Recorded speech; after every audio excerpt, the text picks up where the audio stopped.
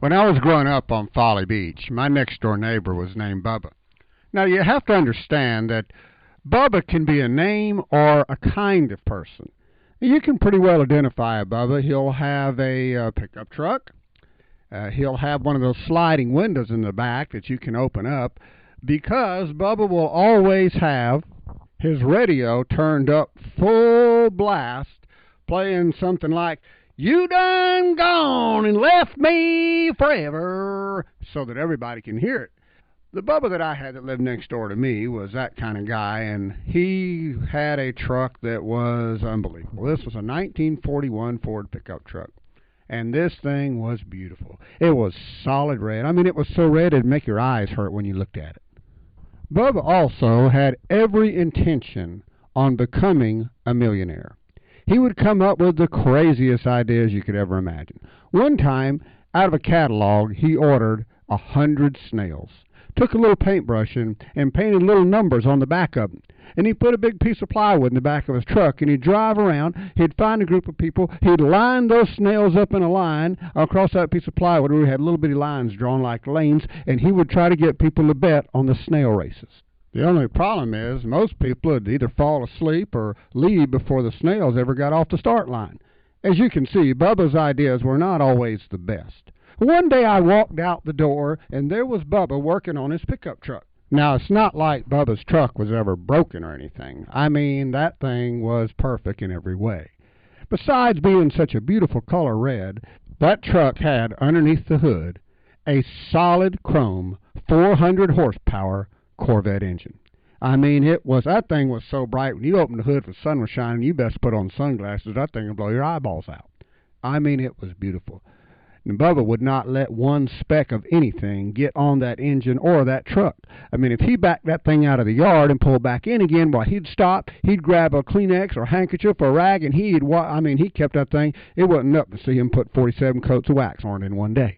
I looked over there at Bubba's yard, and there was that truck. The hood was wide open. Bubba was leaning over, but it was a little strange, because on the fender of that truck he had a big, old, huge black box mounted, and there was hoses running off the front of it and hoses running off the back of it, and I called over there and I said, "Bubba, what in the world have you got over there?" He looked back over, he said, "Johnny, come here and look." And I walked over, he said, "You know what I got right here?" I said, "Well, I don't know, it's kind of strange." "What's that box?" He says, "You are looking at the world's first 400 horsepower leaf-sucking machine." I said, "A what?" He said, "That's right, the world's first 400 horsepower leaf-sucking machine." I said, "A leaf-sucking machine?" This time of year happened to be fall, and of course you know why fall is called fall, because all the leaves do what? Fall off the trees. And in Charleston, in the area where I grew up, the leaves hate to fall off the trees. I mean, they hold on to the last second. And then one morning, about 4 o'clock in the morning, you'll be sound asleep, you'll hear, whoom! You look out the window, all the leaves has done fall off the tree, and they're piled everywhere. Nobody really likes to rake leaves. Now, if I were to ask you to raise your hand and say if you like to rake leaves, you might do that, but you know what? You'd be lying. I mean, how many times as a kid did you wake up, look out the window, see all them leaves on the ground, run in there, grab your daddy, start shaking, and say, "Daddy, where's the rake? I want to rake me some leaves. I'm going to rake our leaves. I'm going to rake the neighbor's leaves. I'm going to rake everybody's leaves, and I don't want no money. I love it so much." We all know that's not going to happen. Bubba said, "You see, this here is a government surplus aircraft carrier vacuum cleaner." I said, "An aircraft carrier vacuum cleaner?"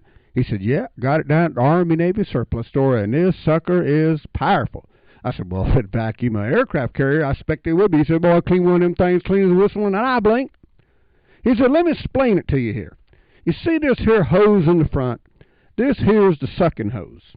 This one here in the back, this one here is the blowing hose. Now, what happens is the sucking hose sucks the leaves up. They go into this box. They you get all ground up and spit out the back of the truck right into the bed.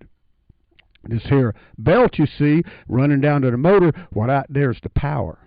When I crank this baby up, this thing will start to sucking." I said, "Bubba, you know, you've come up with some crazy ideas before, but actually this one could be a winner." "But Bubba, does it really work? You remember them snail races you set up that time?" He said, "Oh, no problem. Watch this. There was a big old pile of leaves sitting over on the side of the yard. That thing was about 5 feet long and about 6 feet high. He said he leaned into the truck and he hit the key. Boom, boom, boom, boom, boom, boom. That engine come alive. And the engine sounded so beautiful. And that belt started spinning. And that old vacuum cleaner come to life. And it started. You could hear that hose was sucking. Bubba reached down. He picked him up a brick and he set it on the gas pedal. That thing revved up a little more. That belt spinning a little faster. That hose started sucking harder. And he took the end of that hose. He said, watch this. He stuck it right in that pile of leaves. And before you could even say, what happened? It sucked them leaves up. Spit them out the back. It just filled up the back of that truck. I said, Bubba, I do think you got it. I think you will be a millionaire. But will it work on a big pile of leaves?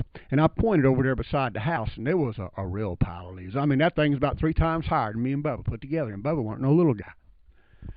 He said, that ain't nothing. Watch this. He reached down and picked him up another brick and set it right on top of the first one. And whoom, that thing come louder, and that whole little belt was spinning around, and that hose was spinning. And Bubba reached over. He grabbed that hose. He stuck it in that pile of leaves. And now, what Bubba didn't know was the neighbor's Siamese cat was sleeping in that pile of leaves. Spit him out the back, naked as a jaybird. Now, of course, that cat were none too happy. And so he decided to leave. Now, he decided to leave right through those double windows in the back where Bubba would keep open, and he'd keep that, you done light, and music blaring out the back, and he jumped through that window, and he landed right on Bubba's toolbox that he always kept on the front seat. That toolbox fell off the seat, landed on top of them bricks that was sitting on top of the gas pedal, and whoop!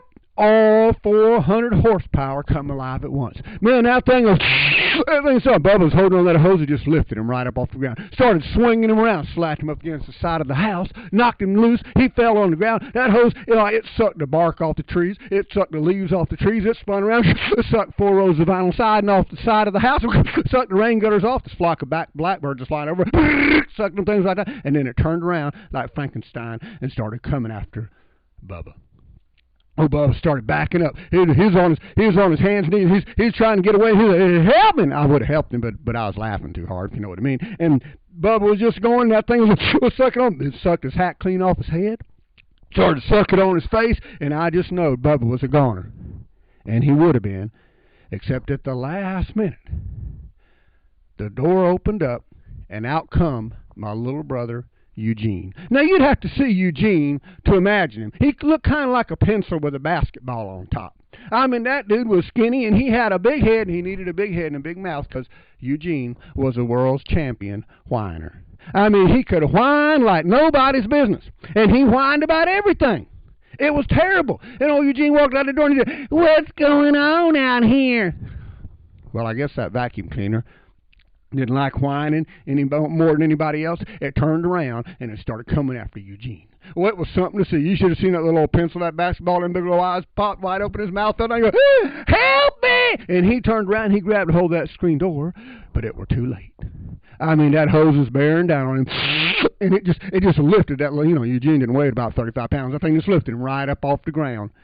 He was holding on to that screen door with one hand and just flapping in the air. Help! I'd have helped, but I was laughing too hard, if you know what I mean. And that thing just sucked his shoes and socks right off. Sucked his britches right off. And there was poor Eugene holding on the door with one hand, flapping in the air, holding on to his underwear with the other hand, hollering, help! I would have helped, but remember, I was laughing too hard. But, being the kind, loving brother that I was, I knew I had to do something, so I headed into the house to get the camera. I figured, boy, if I could get a picture of this, it'd look great in the family album. Well, I got that camera. I come back out. I started getting adjusted. I was just about ready when, boom, Bubba's engine blowed up. And that thing just kind of wound down. Oh, Eugene, he just kind of flopped down to the ground, but he was so dumb he didn't even know it. He's still laying down there going, help, help. Took him about 5 minutes to realize he wasn't being sucked on no more. And he did. He jumped up in the house underneath the sofa. And listen, tell you what, it weren't easy to get that big old head underneath the sofa, but boom, somehow he did it. Well, when Mama come home, we like to never got him out. I mean, she'd grab a toe, I'd grab an ear, we'd pull, he'd spring right back in again. We finally did get him out, and, well, it was not a good day for Bubba. I mean, his motor was blowed up. His $1 million business has gone down the drain. But, you've heard about there being a silver lining behind them black clouds. Well, in this case, I can tell you there was. Because, you see, sometimes I had to babysit Eugene. You can imagine what that was like. Anytime I tell him something to do, he'd say, "You can't make me. You ain't my mama. You ain't my daddy." But ever since this happened, all I had to do was sneak up behind him with the dustbuster. Whee, whee, under the sofa. Wouldn't come out again till Mama come home.